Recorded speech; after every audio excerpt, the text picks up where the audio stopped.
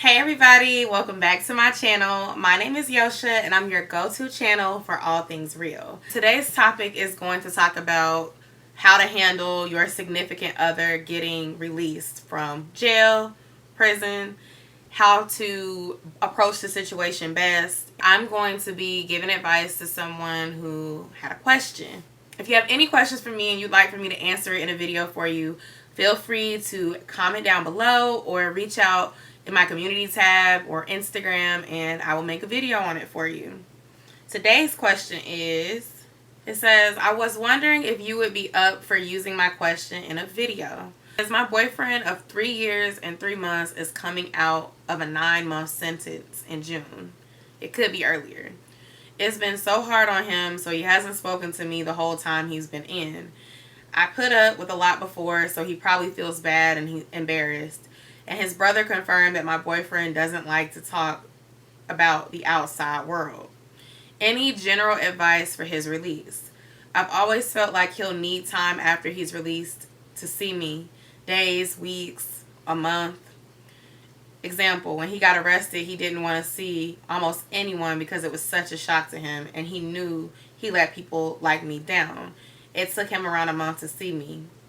He's very good and sensitive-hearted. My friend said he should actually see me immediately, and I thought that I should have to wait. So, she wanted my advice. I'm going to give it here. Everyone's situation is different, so I don't know everything, but I will just say that when someone spends a duration of time in jail, prison, it is an adjustment. They are focused on trying to survive and trying to basically get out, if that is the case, if they are going to actually get out.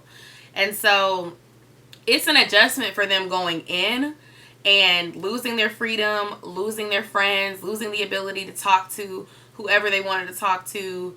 And it's an adjustment for them when it's time for them to come home too, because their life has changed. They don't have a clean record anymore. They don't know what the next steps are, but they do know that they have stipulations that they have to abide by in order to avoid going back. Most times when people get out of jail, they are on probation, they're on parole, they have circumstances they have to report to somebody. Now, some people get lucky and they don't have to deal with that. When they get out, they're done. They're starting over. They just have to find a job and, start their life over. But some people have to do both. And so when you asked about if you should give him time, I think honestly you both need time. I think that you have to understand that you may not be a priority or his only priority coming out of jail. And if y'all were not on the best terms before he got locked up, then understand that you definitely may not be a priority. It does not mean that he won't still try to contact you. If you're there for him right now and you're helping him, it doesn't mean that he's going to turn you away because that's benefiting him. But at the end of the day, if he comes home and he has to find a job, have a place to stay, be able to pay for probation fees, it may be hard for him to prioritize seeing you, being emotionally available for you, making up for cheating on you if that's what he did prior to you going in, and trying to live this life for you. And that's the reality of it. It's not to say that y'all can't still be friends or that you can't still pursue a relationship, but you have to make sure that that's what you really want. It may not be y'all running off into the sunset, y'all getting married, y'all moving in together. And if you decide to go that route and you move too fast, then there will be a lot of the financial responsibility on you.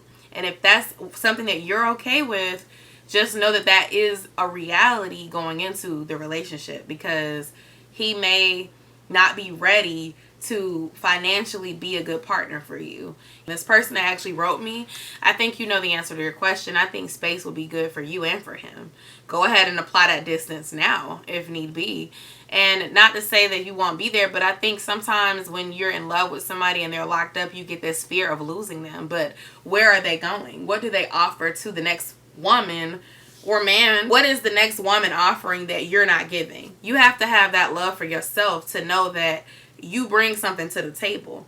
And obviously, he's there for a reason. Now, whether that reason is selfish intent to get from you or because he cares, he can show you that without you being all on top of him. And that's something I had to realize. Because a man will let you know what he wants by his actions. Period. You ain't got to chase him. You ain't got to babysit him. You ain't got to go with him everywhere he goes. You ain't got to be with him up and down, left and right, everywhere, tracking his phone. Because if that man loves you, you will know that he loves you by his actions. Period. Don't chase him. Don't force it, you know. If he wants to be released and come over and you're okay with that, then you be okay with that. But personally, for me, I would just say allow it to play out. And what I mean by that is literally allow it to happen however it's meant to happen. You don't stand in the way and try to force things, because one of my biggest regrets was trying to force a relationship that was not meant to be. If he tries to break it off, let it be broken. If he says he doesn't want a serious relationship, he's trying to figure stuff out, understand that that means he wants to be single. Don't try to convince him otherwise. Don't ask, well, what about this? What about that? You know what? That was then. This is now. He's changed his mind. Let it go. And I know you didn't ask me that, but those are things that you have to consider when they start talking about space and needing space. It does not mean they don't want to be with you when they start by saying they just need space. But understand and read between the lines. If the space comes with other women, if the space comes with him wanting to be intimate with other people, then you understand that, okay, he didn't want a serious relationship. I spent my time. It's unfortunate, but you know what you know, and you don't got to keep being with him after that. If you choose to run back, then understand that he may continue this behavior, and you've allowed it, so he's not going to respect you. That's another mistake that I made. Forgiving a cheater, honey, you cannot forgive a cheater several times, baby. They will keep cheating on you. They'll get better at it, or they'll get worse at it, and they won't care. They will cheat right in front of you because you've allowed that behavior. He may not be ready and emotionally available to understand what you're looking for as his girlfriend. So when your friend said he should be ready to see you immediately, I think she's not fully understanding that situation where he's coming from. But I'm not saying that you have to sit around and wait either. In my case, the person I was with was just not mature, and they were not really ready for a real relationship. Even though he said he was, he still had the mindset of, let me go and be with my friends. I gotta turn up. I gotta have a good time. I love you, but I don't want to be up under you all the time. I don't want to feel smothered by you. And I didn't necessarily get that, because I felt like, when you were there, I was the only one writing you. I was the person that was here for you. I waited for you. Why don't you just want to spend your time with me?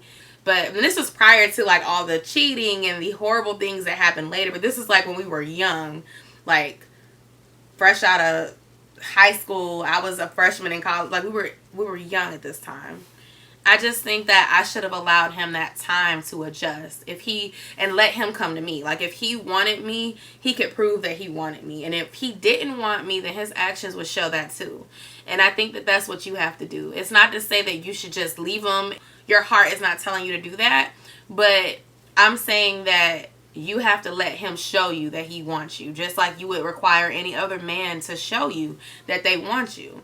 And don't put all your eggs in one basket. Because especially if he and you were not on the best terms going in, you cannot just put your eggs in the basket of his release and hope that things are going to magically fall into place if they weren't there before he came in.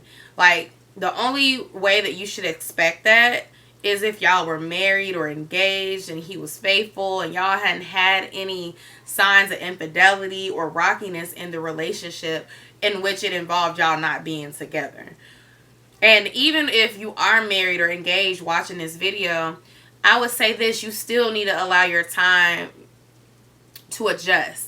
He's going to need time and you're going to need time. Yes, initially, y'all are going to be so excited to see each other. Y'all probably going to want to be intimate, hug, kiss, be alone for a little while. But guess what? The reality is going to kick in when it's time for things to get paid.